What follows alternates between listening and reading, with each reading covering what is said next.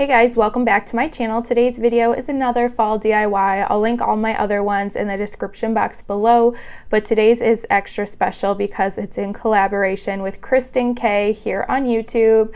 She does amazing DIYs and hauls, and she has the best name in the world. So if you guys don't know her, go over to her channel, watch her video and subscribe and let her know that I sent you. She will also be doing a Dollar Tree DIY, and she has quite a few on her channel this fall already, so make sure to go check her out.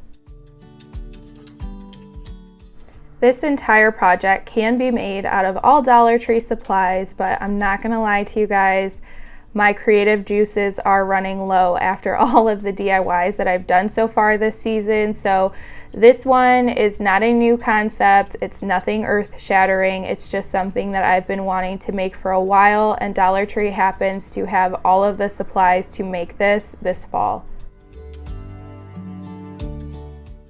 First, you are going to need this Beware sign from Dollar Tree. This is new for Halloween 2018, and I absolutely love it.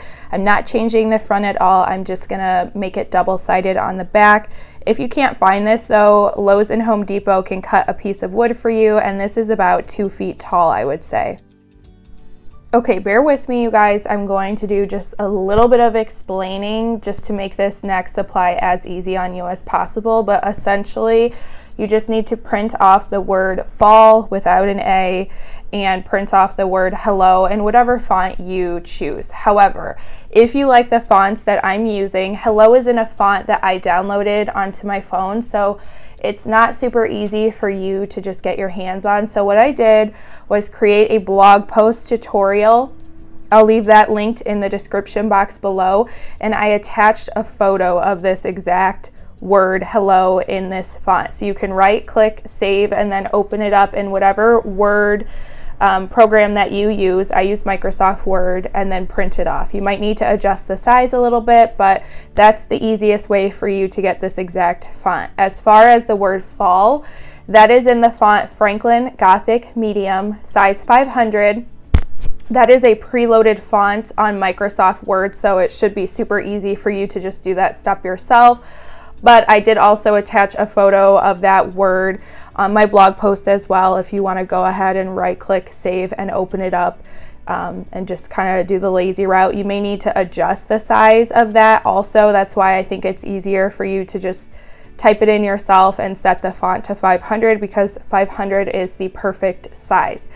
Okay, so that's all I really wanted to say. I just wanted to make sure that you had as easy access to these exact fonts as possible. Now let's move on to the next supply.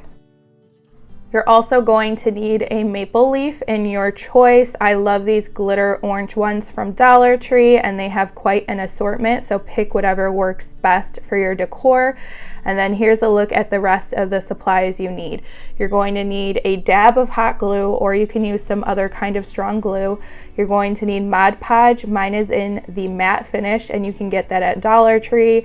Some scissors, some white paint. That is the 50-cent white paint from Walmart, from the brand Apple Barrel. You're also going to need some sponge brushes. This set of 4 is 97 cents at Walmart, but they also are carried at Dollar Tree. And then some sanding paper or a sanding sponge, which can also be found at Dollar Tree in the automotive section. Okay, now let's get started on this project. You are going to paint the back of the sign with the white paint. I used 2 coats, and I love the way that the front of this sign looks. So we're actually just gonna make it double-sided instead of painting the front of it. And you could actually put like a Christmas sign here instead of a fall one like we're doing. That would be really cute too, but I love fall, so we're doing fall. You're gonna cut out your letters.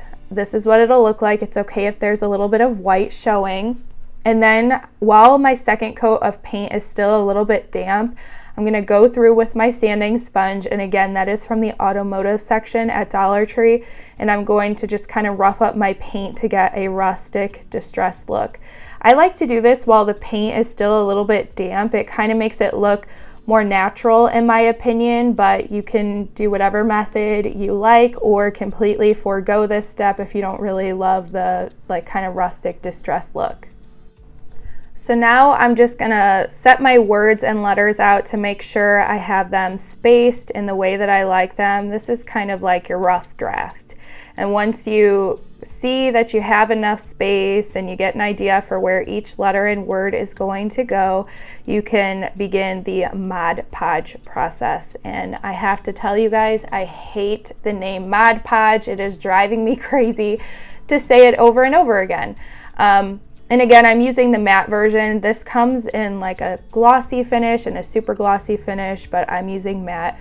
And you're just going to brush on the Mod Podge, and then you're going to lay your word on top and then go over top of the word with Mod Podge again. I know this is crafting 101, but this is actually the first time that I've used Mod Podge in this way. I know that's crazy. So in case you didn't know, this is how you do it, guys.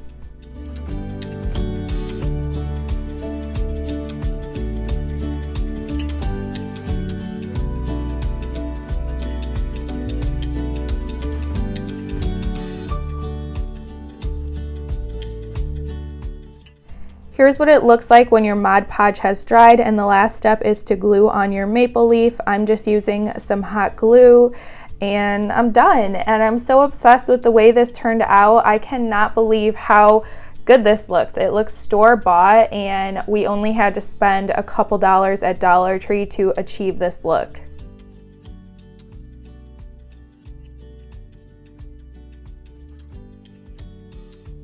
If you guys enjoyed this DIY, please make sure to give it a thumbs up and subscribe for more fall videos to come.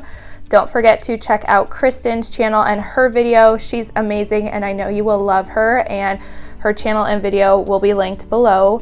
And I do have to say a humongous thank you to you guys. We actually hit 20,000 subscribers on this channel. We're actually way past 20,000, which is something that I could have never dreamed of. And your love and support, your comments, your likes, your messages, your views, they do not go unnoticed. They are beyond appreciated, and I cannot thank you enough. So thank you guys one last time, and I hope to see you back in a future video. Bye.